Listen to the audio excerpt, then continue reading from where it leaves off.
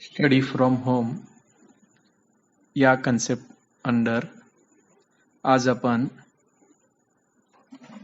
Final अकाउंटचा HSC exam 2014 ला आलेला problem सोडवणार आहोत. मी प्रॉब्लेम वाचतोय. Trial balance as on 31 March 2013. तुमच्या स्क्रीनवर प्रॉब्लेम आलेला आहे. तुम्ही स्क्रीन पॉज करून प्रॉब्लेम लिहून घेऊ शकता आणि नंतर माझ्याबरोबर सोडवू शकता. प्रॉब्लेमच्या सुरुवातीला दिलेला आहे, from the following trial balance of Suresh and Subhash you are required to prepare trading and profit and loss account for the year ended 31 March 2013 and balance it as on that date. ठीक आहे, हा ट्रायल बॅलन्स आहे. Trial balance आता आपण सोडवायला घेऊया. Building balance शीटच्या असेटला येते. Next, plant and machinery balance sheet asset side. Purchases trading account debit side. Carriage हे सुद्धा ट्रेडिंग एक्सपेन्सेस आहे, त्यामुळे टीडी ला येणार. ओपनिंग स्टॉक सुद्धा टीडी ला येणार. Wedges TD. सनरी debtors is our asset, त्यामुळे असेट ला येणार. Postage and Telegram, insurance, bad debts आणि डिस्काउंट इथपर्यंतचे सगळे खर्च हे ऑफिस एक्सपेन्सेस आहेत, त्यामध्ये पीडी ला येणार.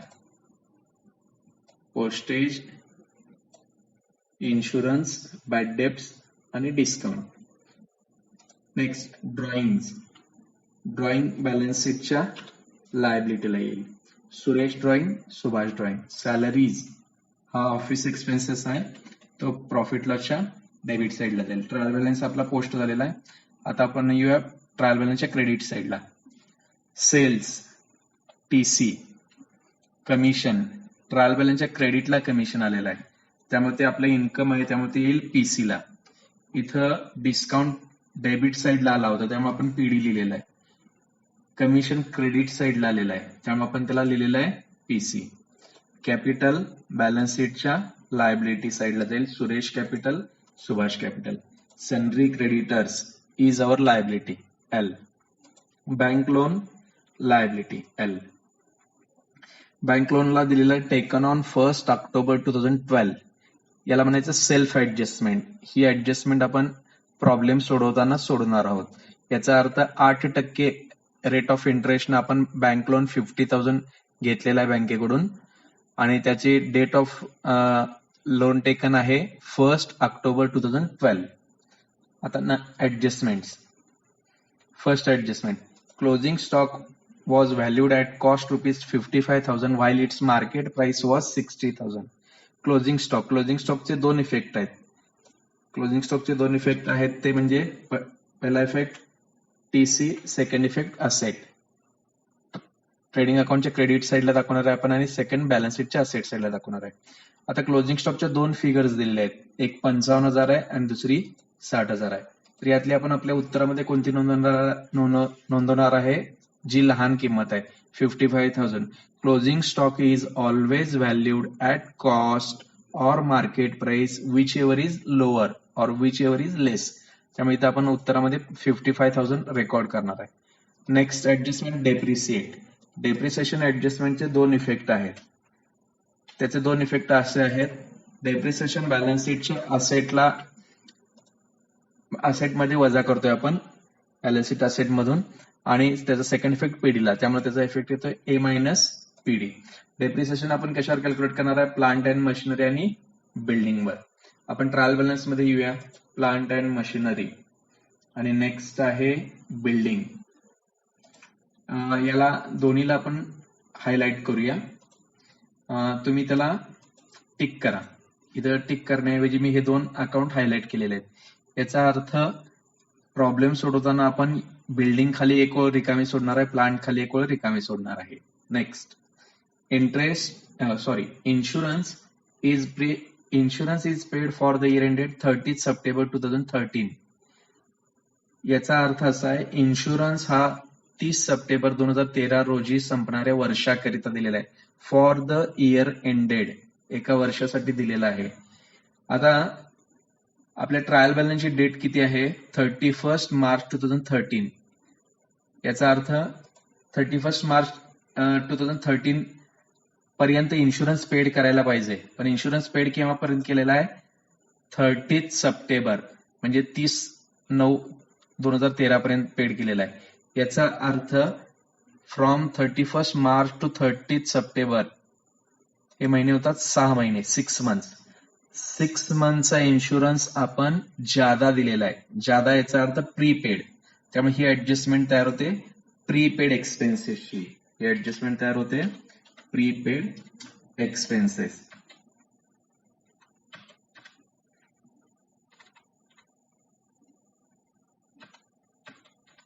प्रीपेड एक्सपेन्सेस आणि प्रीपेड एक्सपेन्सेसचे दोन इफेक्ट आहेत. प्रीपेड एक्सपेन्सेसचे दोन इफेक्ट. पहिला इफेक्ट येतो मायनस आणि सेकंड इफेक्ट असेट. प्रीपेड एक्सपेन्सेसचा इफेक्ट मायनस असेट. त्यामुळे इन्शुरन्स मधून आपण मायनस करणार आहोत. तर पहिल्यांदा इन्शुरन्सला टिक मार्क करूया. इन्शुरन्स टिक मार्कच्या ऐवजी मी याला हायलाइट केलेला आहे इन्शुरन्स. आता किती मायनस करायचं या ऍडजस्टमेंट मध्ये फिगर दिली नाहीये किती प्रीपेड आहे हे सांगितलं. आपण कॅल्क्युलेट करूया. ट्रायल बॅलन्सची डेट आहे 31 मार्च आणि आपण इन्शुरन्स पेड केला अप टू 30 सप्टेंबर 30 सप्टेंबर पर्यंत. इथून इथं 6 मंथ झाले. 4500 फॉर 1 इयर. 4500 एका वर्षासाठी किती दिला आपण 4500. याचा तर 12 मंथ साठी 4500. आपण एक्स्ट्रा किती मंथचा दिलेला आहे 6 मंथचा. 12 मंथ साठी 4500. तर मग 6 मंथ साठी किती येईल याच्या बरोबर निम्मा येईल. त्याचं उत्तर असेल 2250. प्रीपेड किती असणार आहे इन्शुरन्स 2250. हे आपल्याला नंतर प्रॉब्लेम सोडवताना हे फिगर आपण घेणार आहोत. प्रीपेड इन्शुरन्स म्हणून घेणार आहोत. नेक्स्ट इन्शुरन्सची ऍडजस्टमेंट मायनस असेट. इन्शुरन्स मध्ये 2250 आपण मायनस करणार प्रीपेड आणि एवढीच अमाऊंट बॅलन्स शीट असेटला दाखवणार आहोत. Number 4 provide RDD at 5% on debtors.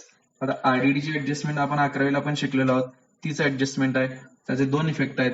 पहिला effect A minus TD असेटला minus. आरडीडीची adjustment आपण डेटर्स वर करतोय आणि डेटर्स असतात बॅलन्स शीटच्या असेट साईडला. त्यामुळे असेटला आपण मायनस करणार आणि सेकंड इफेक्ट पीडीला घेणार. आता डेटर्स आपण हायलाइट करूया किंवा तुम्ही डेटर्सला टिक मार्क करा. सनरी डेटर्स याला टिक मार्क याचा अर्थ हे इनर कॉलमला आपण डेटर्स घेणार आहोत. Next outstanding expenses were salaries ₹2000 and wages ₹1500. Outstanding expenses. Outstanding एक्सपेन्सेसचे दोन इफेक्ट आहेत. आउटस्टँडिंग ऍडजस्टमेंट ही प्रीपेडच्या बरोबर अपोजिट येते. आउटस्टँडिंगचा इफेक्ट येतो पहिला इफेक्ट प्लस आणि सेकंड इफेक्ट एल. त्या एक्सपेन्सेस मध्ये जेवढे आउटस्टँडिंग दिले तेवढे ऍड करायचे आणि सेकंड इफेक्ट बॅलन्स शीटच्या लायबिलिटीला दाखवायचा. आउटस्टँडिंग कोणते कोणते आहेत सॅलरीज आणि वेजेस. पुन्हा आपण टिक मार्क करूया सॅलरीज अँड नेक्स्ट वेजेस. मी हे हायलाइट करतोय तुम्ही त्याला टिक मार्क करा प्रॉब्लेम मध्ये. Salary next wedges.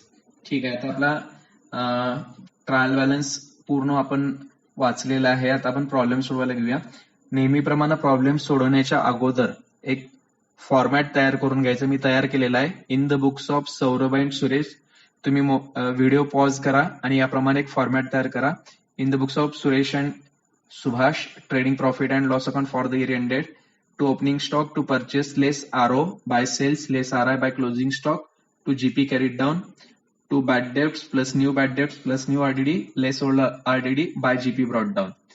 नेक्स्ट त्यानंतर आपण बॅलन्स शीट तयार करतो. नेक्स्ट पेजवर balance sheet as on 31 March 2013 liabilities asset Suresh capital plus interest on capital. हा फॉर्मॅट ठरलेला आहे आपला.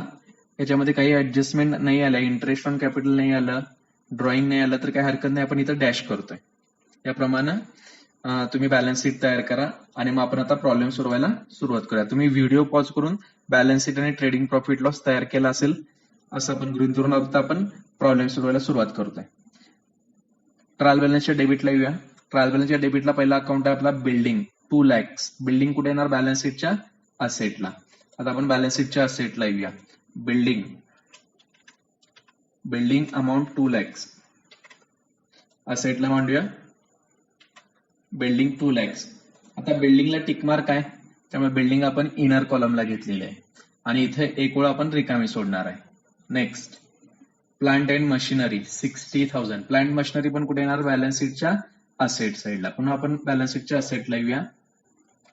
प्लांट अँड मशिनरी त्याला पण टिक मार्क आहे, त्यामुळे आपण ते इनर कॉलमला घेणार आहोत. Plant and machinery 60,000. बिल्डिंग साठी आपण एक ओळ रिकामी सोडलेली आहे, बिल्डिंग खाली आपण डेप्रिसिएशन नंतर वजा करणार आहोत. Next purchases rupees 3,25,000. परचेसेस येतात टीडीला. परचेसेस नेहमी आपण आउटरला मांडतोय. 3,25,000 परचेसेस.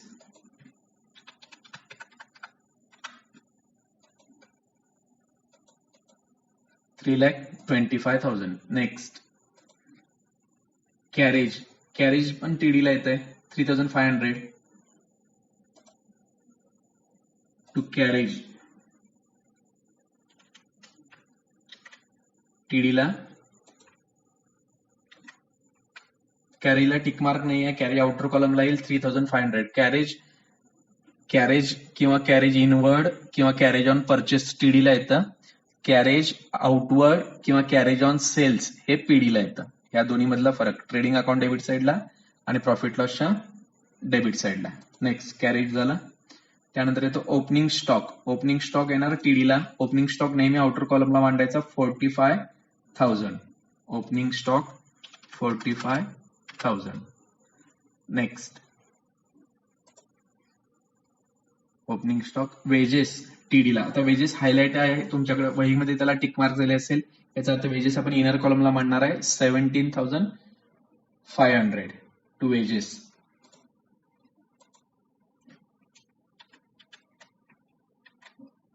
टू वेजेस इनरला मांडले आपण 17,500. टिक मार्क असल्यामुळे त्याच्या खाली आपण एक ओळ रिकामी सोडलेली आहे. नेक्स्ट सनरी डेटर्स बॅलन्स शीटच्या असेटला येतील, त्याला पण टिक मार्क आहे, त्यामुळे सनरी डेटर्स आपण इनर कॉलमला मांडणार आहोत. आता आपण येऊया बॅलन्स शीटच्या असेटला. सनरी डेटर्स इनरला मांडले मी. सनरी डेटर्स 70,000. याच्या खाली आपण एक ओळ रिकामी सोडणार आहोत. नेक्स्ट सनरी डेटर झालं. आता पोस्टेज अँड टेलिग्राम कुठे येतं? प्रॉफिट लॉसच्या डेबिट साईडला. टिक मार्क नाहीये, आपण आउटरला मांडूया. पोस्टेज अँड टेलिग्राम पीडीला आलो आपण. Postage and telegram 2,000. Tick mark नसल्यामुळे आपण आउटरला मांडलेला आहे. Next postage and telegram. इन्शुरन्सला टिक मार्क आहे. 4,500. त्यामुळे इन्शुरन्स आपण इनरला घेऊया. इन्शुरन्सला ऍडजस्टमेंट पण आले, ऍडजस्टमेंट आपण नंतर करूया. प्रॉफिट लॉसच्या डेबिट साईडला येऊया. To insurance 4,500. To insurance 4,500. आपण याच्या खाली एक ओळ रिकामी सोडायची. नेक्स्ट बॅड डेप्ट्स कुठे येतात? पीडीला. ट्रायल बॅलन्सचे बॅड डेप्ट्स पीडीला आणि ऍडजस्टमेंट मधले बॅड डेप्ट्स किंवा आरडीडी हा असेटला वजा करायचा. आता आपण ट्रायल बॅलन्सच्या बॅड डेप्ट्स मध्ये आहे, त्यामुळे पीडीला येऊया. Bad debts 1,500. आपण हा फॉर्मॅट तयार केलेला आहे, या फॉर्मॅटमध्ये लिहा bad debts 1,500. Bad debts 1,500. Next discount पण पीडीला. प्रॉफिट लॉसच्या डेबिट साईडला 1,600. To discount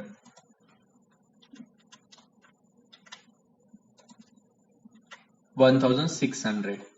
next drawings. Suresh drawings 5,000. Subhash drawing 3,500. Drawing लायबिलिटीला त्यांच्या कॅपिटल खाली आपण मायनस करणार आहोत. 5,000 आणि 3,500. बॅलन्स शीट मध्ये येऊया. First partner drawing 5,000. Second partners drawing rupees 3,500. Next salaries 18,000. पीडीला हायलाइट आहे, याचा अर्थ इनर कॉलम मध्ये आपल्याला मांडावे लागेल. Salaries 18,000. To salaries 18,000. Inner column एक ओळ रिकामे, याला आपण ऍडजस्टमेंट करणार आहोत. नेक्स्ट इन्शुरन्सला टिकमार्क असल्यामुळं इथं आपल्याला थोडस खाली घ्यावं लागेल. एक ओळ रिकामी सोडायची राहिली.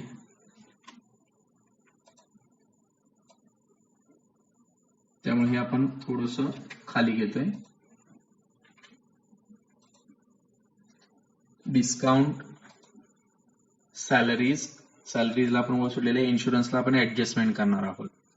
नेक्स्ट सॅलरीज झालं. आता आपण आलो ट्रायल बॅलन्सच्या क्रेडिट साईडला, टीसी ला. सेल्स 4,05,000. सेल्स टीसी ला येतं 4,05,000. सेल्स नेहमी आउटर कॉलमला, सेल्स 4,05,000. नेक्स्ट कमिशन पीसी ला 2,100. Commission is our income. By commission 2,100. By commission 2,100. Next capital 1,50,000 first partner capital, second partners capital 1 lakh. लायबिलिटीला आपण शो करणार आहे capital 1,50,000 1 lakh.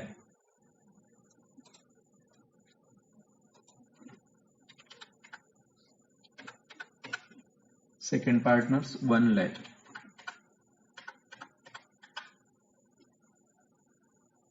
Next sundry creditors 50,000, bank loan 50,000. हे दोन्ही लायबिलिटीला आपण घेणार आहोत. बँक लोनला आता इथं सेल्फ ऍडजस्टमेंट आलेली आहे. पहिल्यांदा आपण सनरी क्रेडिटर्स ट्रान्सफर करूया लायबिलिटीला, मग बँक लोन बद्दल चर्चा करूया. सनरी क्रेडिटर्स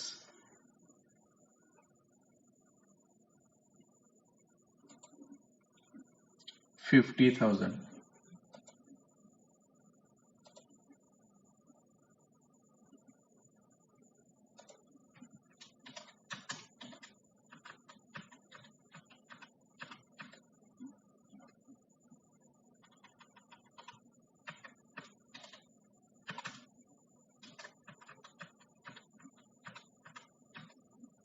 टिक मार्क नाही, आउटरला येईल 50,000. सनरी creditors 50,000. Next bank loan 8% bank loan 50,000 taken on 1 October 2012. याचा अर्थ ही ऍडजस्टमेंट आहे, याला ऍडजस्टमेंट याला सेल्फ ऍडजस्टमेंट म्हणायचं. 8% बँक लोन आपण पहिल्यांदा बँक बॅलन्स शीट लायबिलिटीला दाखवूया. 8% बँक लोन.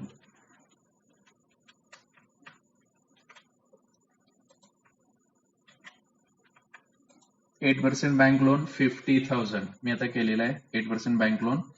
आता आपण सेल्फ ऍडजस्टमेंट बघूया. आपल्याला प्रॉब्लेम मध्ये काय दिलेला आहे, 8% bank loan 50,000 taken on 1 October 2012.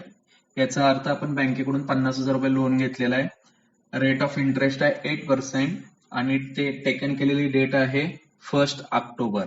आपली ट्रायल बॅलन्सची डेट जर बघितला तुम्ही किंवा बॅलन्स शीटची डेट बघितला तर ती डेट येते 31 March. 1 October to 31 March 6 months होतात. याचा अर्थ आपण लोन घेऊन 6 महिने झालेले आहेत. आता बँकेला लोन 8% रेट ऑफ इंटरेस्टने घेतलंय तर या 50,000 वर बँकेला आपल्याला इंटरेस्ट द्यावं लागणार आहे. ते इंटरेस्ट ड्यू असणार आहे, देय असणार आहे. पहिल्यांदा आपण इंटरेस्ट कॅल्क्युलेट करूया. 50,000 50,000 वर 8% 8%, 8/100 गुणिले 6 मंथ. 6 मंथ म्हणजे 6/12. आता इथे मला गुणिले चिन्ह येत नाही त्यामुळे मी हे स्टार केलेलं आहे. स्टार याचा अर्थ गुणिले 50,000 गुणिले 8/100 गुणिले 6/12. याचं उत्तर आलं 2,000. 2,000 हे काय झालं आपलं इंटरेस्ट. बँकेला आपण ते पेड करणार आहोत, अजून आपण पेड केलेलं नाहीये, म्हणजे ते आपलं आउटस्टँडिंग आहे. आउटस्टँडिंग याचा अर्थ द्यावयाचं आहे. त्यामुळे ऍडजस्टमेंटचं नाव झालं आउटस्टँडिंग इंटरेस्ट. या आउटस्टँडिंग इंटरेस्टचे 2 इफेक्ट येतात. हे आउटस्टँडिंग इंटरेस्ट आपण लायबिलिटीला प्लस करणार आहोत आणि सेकंड इफेक्ट बॅलन्स प्रॉफिट लॉसच्या डेबिट साईडला दाखवणार आहोत.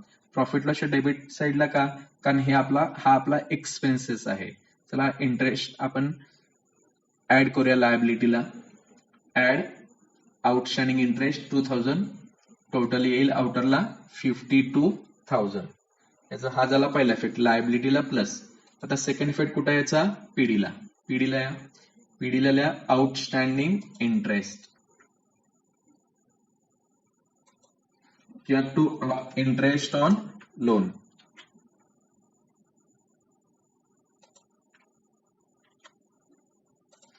टू इंटरेस्ट ऑन लोन 2000 किंवा टू आउटस्टँडिंग इंटरेस्ट 2000 आउटरला येईल.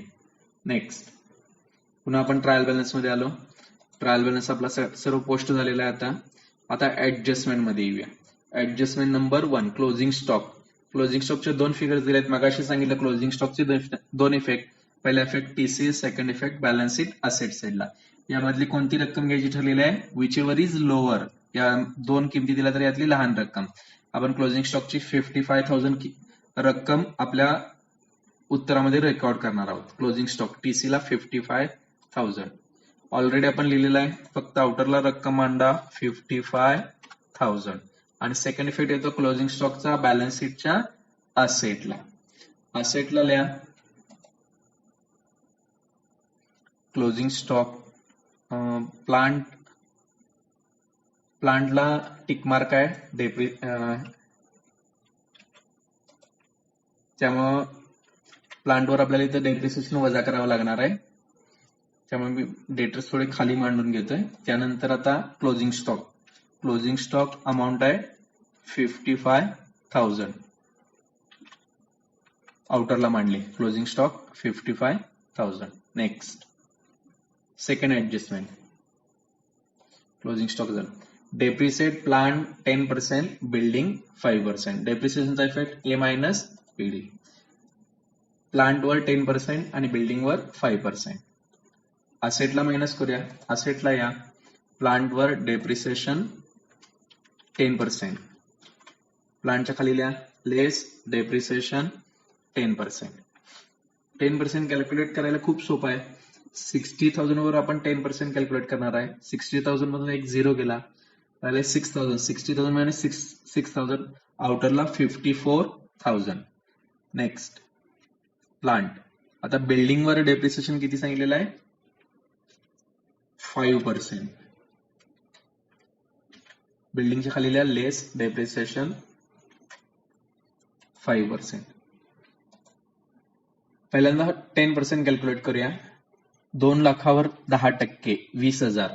त्याच्या निम्मे 5%, 10,000. आउटरला वजाबाकी 1,90,000. 1,90,000. हा झाला फर्स्ट इफेक्ट डेप्रिसिएशनचा. डेप्रिसिएशनचा सेकंड इफेक्ट कुठे येतोय ए मायनस पीडी. पीडीला या पीडीला येईल. पीडीला आपण आता डेप्रिसिएशन मांडणार आहोत. To depreciation underline plant and machinery 6,000, building 10,000. दोघांची टोटल आउटर कॉलम मध्ये 16,000. To depreciation 16,000. नेक्स्ट ऍडजस्टमेंट मध्ये येऊया आपण. डेप्रिसिएशन ऍडजस्टमेंट झाली. असेटला मायनस केला, पीडीला इफेक्ट दाखवला. Next insurance is paid for the year ended 30 September. मगाशी आपण इन्शुरन्स बद्दल चर्चा केलेली आहे. इन्शुरन्स प्रीपेड आहे. प्रीपेड किती आलेला आहे 2,250. त्याचे दोन इफेक्ट आहेत प्रीपेडचे. प्रीपेडचे काय इफेक्ट करायचा आहे मायनस करायचा आणि सेकंड इफेक्ट कुठे दाखवायचा बॅलन्स शीटच्या असेटला. चला पहिला इफेक्ट मायनस करूया. मायनस किती करायचे 2,250. हे कसं आले फॉर हे 6 मंथ साठी आहे. 12 मंथ साठी 4,500 पेड केले. त्याचा अर्थ 6 मंथ साठी येणार याच्या बरोबर 1/2 2,250 मायनस करूया इन्शुरन्स मधून. Insurance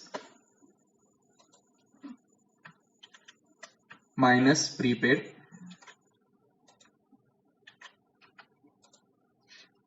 for 6 month 2,250. आउटरला वजाबाकी सेम येईल 2,250 आणि याचा सेकंड इफेक्ट येईल बॅलन्स शीटच्या असेटला.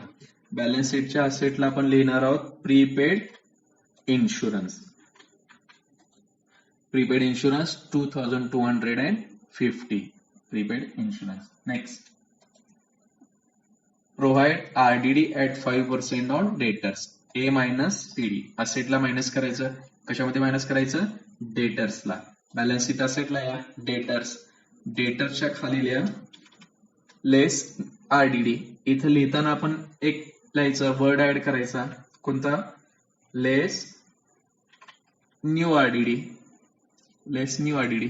न्यू RDD आपल्याला किती पर्सेंट सांगितलंय? ऍडजस्टमेंट मध्ये 5%.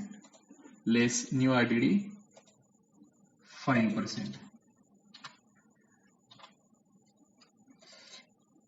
5%. पहिला 10% कॅल्क्युलेट करूया. 70,000 वर 10% येतं 7,000. त्याच्या निम्मे 3,500.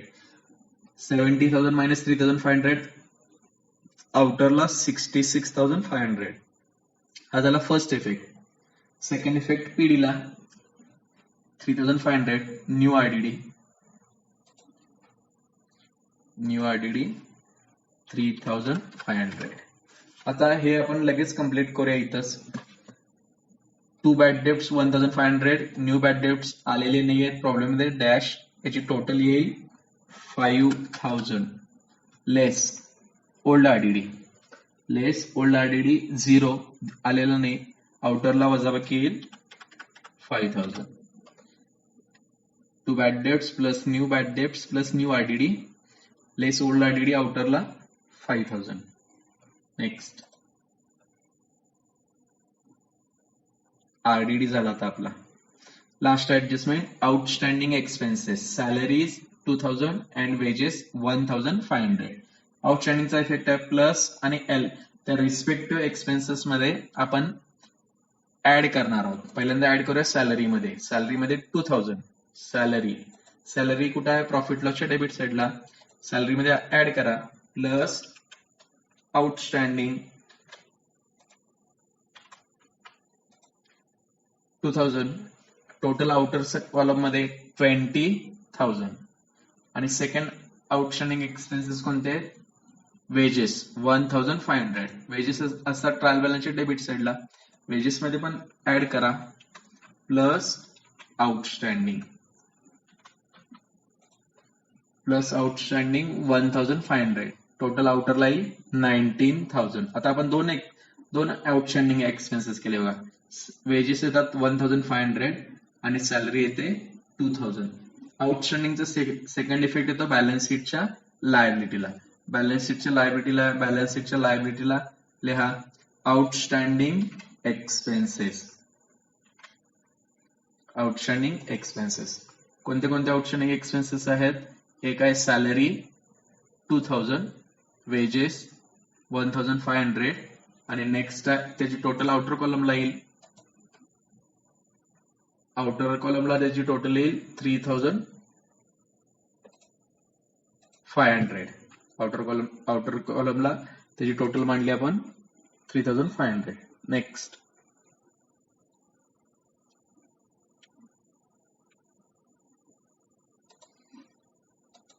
आउटस्टँडिंग एक्सपेन्सेस ऍडजस्टमेंट संपली. आता प्रॉब्लेम आपला झालेला आहे. आता 3 स्टेप्स. पहिली स्टेप आपण हा ट्रेडिंग अकाउंट क्लोज करणार आहे. या प्रॉब्लेम मध्ये RO आलेलं नाहीये त्यामुळे आपण डॅश करणार आहोत. RI पण आलेलं नाहीये, काय हरकत नाही, आपण ते पण डॅश करणार आहोत. आणि आउटरला वजाबाकी मांडणार आहोत 3,25,000. नेक्स्ट इथं आउटरला येईल 4,05,000. आता टोटल करूया. या ट्रेडिंग अकाउंट क्रेडिट साईडची टोटल येते. इथं म्हणतो मी टोटल 4,60,000. हीच टोटल आपण इकडं मांडणार आहोत डेबिट साईडला 4,60,000. नेक्स्ट या टोटल मधून इथपर्यंत जे अकाउंट या फिगर्स आलेले आहेत यातून वजा करणार आहोत आणि येणारं जे उत्तर आहे ते आपलं उत्तर असणार आहे ग्रॉस प्रॉफिट. थोडा वेळ वाचवण्यासाठी मी ग्रॉस प्रॉफिट तुम्हाला रेडीमेड फिगर सांगतोय. त्याची ग्रॉस प्रॉफिट येतोय 67,500. कसा ग्रॉस प्रॉफिट कॅल्क्युलेट करायचा? या 460 मधून ह्या फिगर्स मायनस करायच्या. उत्तर येतं 60,000. मी याला हायलाइट करतो. हा ग्रॉस प्रॉफिट इथं आपण ब्रॉट डाऊन करणार आहोत 67,500 ग्रॉस प्रॉफिट. नेक्स्ट, आता फर्स्ट स्टेप कंप्लीट झाली आपली. जीपी शोधला आपण. आता नेक्स्ट स्टेप मध्ये आपण काय शोधणार आहोत? एनपी.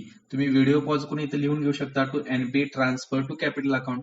सुरेश, सुभाष.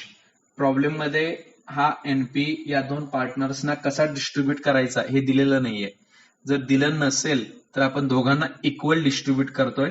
त्यामुळं याला 1/2 येईल, याला 1/2 येईल. उदाहरणार्थ इथं प्रॉफिट 10,000 आला तर ह्याला 5,000 येईल, याला 5,000 येईल. आता आपण हे क्लोज करण्याच्या अगोदर इथं थोडंसं पाहूया. इकडे 67 प्लस 2, इकडच्या टोटल अंदाजे 69,000 आणि अभाव काहीतरी होईल. इकडे किती आहे बघा? 5,000, 2, 7, 9, 10, 30, 32 आणि 32 आणि 16, 48 म्हणजे 50,000 अंदाजे हे होईल. याचा अर्थ हे काय सांगतंय? ही टोटल जास्त आहे, क्रेडिटची टोटल जास्त आहे. ज्या साईडची टोटल असेल जास्त त्या साईडची टोटल करायची. या साईडची टोटल येते 69,600. हीच टोटल आपण इकडे मांडतोय पुन्हा डेबिटला 69,600. मगाशी जे केलं आपण जीपी शोधण्यासाठी तेच आपण आता इथे करतोय. या 69,600 मधून या वरच्या फिगर्स आपण वजा करतोय आणि येणारं उत्तर आपला एनपी असेल. एनपी येतोय 20,750. हा 20,750 हा फर्स्ट पार्टनर सुरेश आणि सुभाष या दोघांना आपण डिस्ट्रीब्यूट करणार आहोत, वाटणार आहोत. कसा? 1/2 म्हणजे याला निम्मा देणार आहोत. 20,750च्या 1/2 येते 10,375. सेम अमाऊंट याला पण येईल 10,375. हा झाला एनपी डिस्ट्रीब्यूट. आपल्या दोन स्टेप्स पूर्ण झाल्या. पहिली स्टेप जीपी झाला, दुसरी स्टेप एनपी. आता हा एनपी आपण कुठं ट्रान्सफर करणार आहोत? कॅपिटलला. म्हणजे थर्ड स्टेप साठी येऊया आपण बॅलन्स शीटच्या लायबिलिटीला येऊया. एनपी फर्स्ट पार्टनरचा एनपी आहे 10,375. सेकंड पार्टनरचा पण एनपी सेम आहे 10,375. हे कम्प्लीट करूया. याची टोटल येते. इंटरेस्ट ऑन कॅपिटल या प्रॉब्लेम मध्ये ऍडजस्टमेंट आलेली नाहीये, इथं आपण डॅश करतोय. इथं पण इंटरेस्ट ऑन कॅपिटल आलेलं नाहीये. सेकंड पार्टनरचं डॅश करूया आपण. नेक्स्ट याची टोटल करूया. याची टोटल येते पहिल्या पार्टनरची टोटल 1,50,000 प्लस 10, 1,60,375 मायनस ड्रॉइंग 5,000. आउटरला वजाबाकी मांडा 1,55,375 रुपीज. 1,55,375. 1,55,375. नेक्स्ट यामधून हे मायनस करूया, प्लस करूया. एनपी टोटल आली 1,10,375 मायनस 3,500. ड्रॉइंग त्यामधून मायनस करतोय आपण आणि आउटरला वजाबाकी येईल 1,06,875. 1,06,875. प्रॉब्लेम आपला संपलेला आहे. आता दोन्ही बाजूची टोटल करणार आहोत, बॅलन्स शीट लायबिलिटीची आणि बॅलन्स शीट असेटची साईडची. दोन्ही बाजूची टोटल समान आली तर की आपला प्रॉब्लेम टॅली आला असं आपण गृहीत धरू शकतो. दोन्ही बाजूची टोटल येते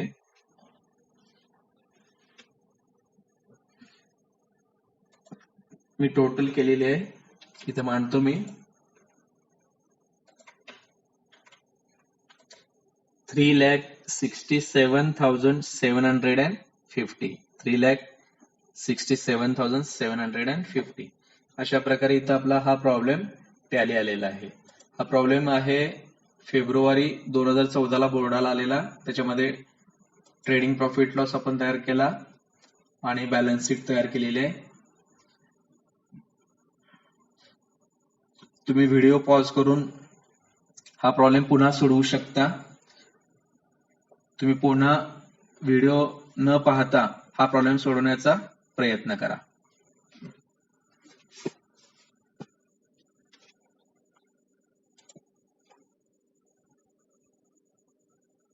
ओके, थँक्यू.